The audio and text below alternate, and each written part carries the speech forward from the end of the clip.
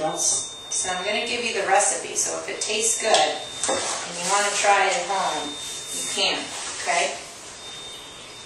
So, we got the water going, so step 1 is done.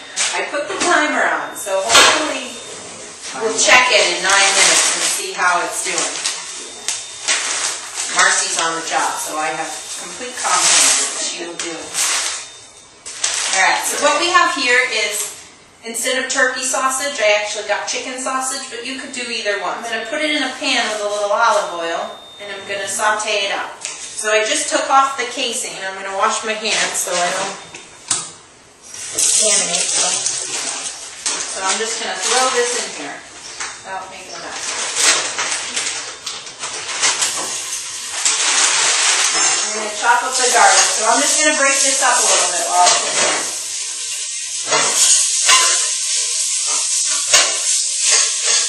And you can feel free to get up and come over here, whatever you want to do. I feel like you have to be You're doing a good job. really good job. Okay. Alright, so we've got that kind of chopped up. We're going to just let that kind of cook a little bit, and we need some garlic, right? Not your favorite thing, though. So, how many does it say we need? 3. You want me to do last for you? We'll do 2. Alright.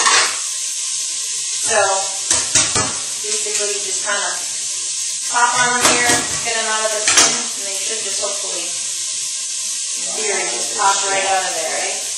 Turn it off a little, check that. Good?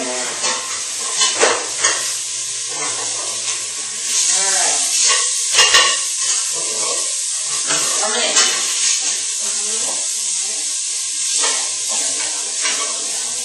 This is arugula.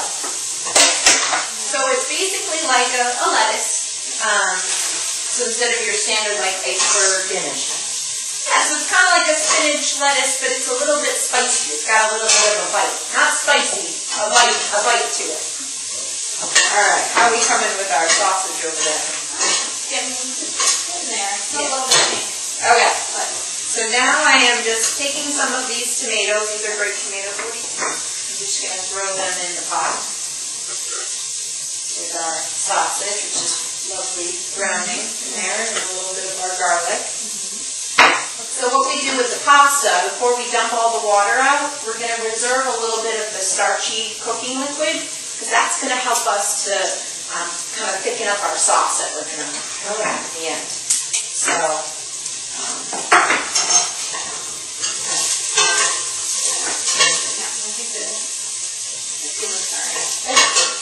let's see what you think.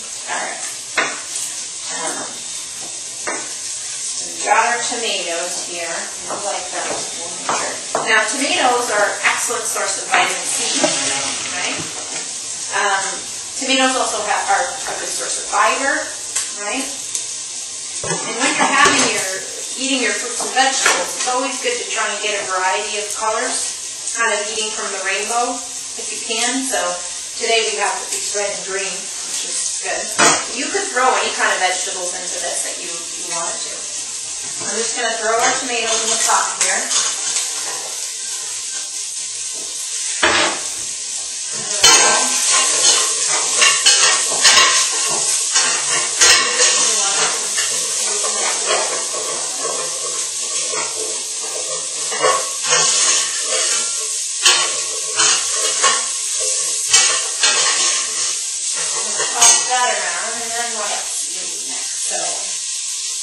Tomatoes, and then we have our arugula. So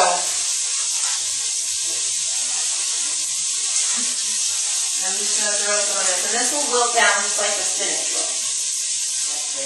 Sorry. It changes a little bit. Yeah. Yeah. Alright.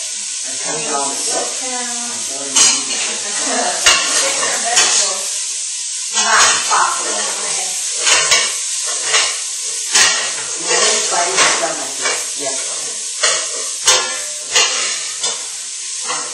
So basically this is what it looks like so far.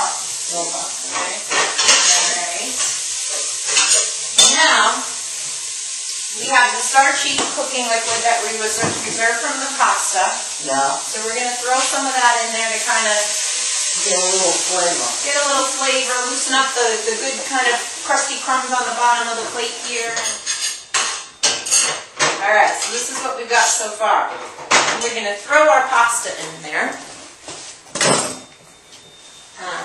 And every time I cook pasta, whether it's, I'm not going to use all that, whether it's just pasta with sauce, I usually like to heat up the sauce in the pan, and then I like to put the cooked pasta back in the hot sauce after it's been drained, because when the pasta's warm like that, the noodles kind of soak up the flavor of the sauce. If you just have your pasta and then you pour the sauce on top of it, it doesn't tend to coat the pasta, and the pasta is just kind of sauce on top of it. It's not really sticking to the pasta. So I always like, whenever I make pasta of any kind, I like to throw it back in the pot with the sauce to have it kind of soak up that flavor.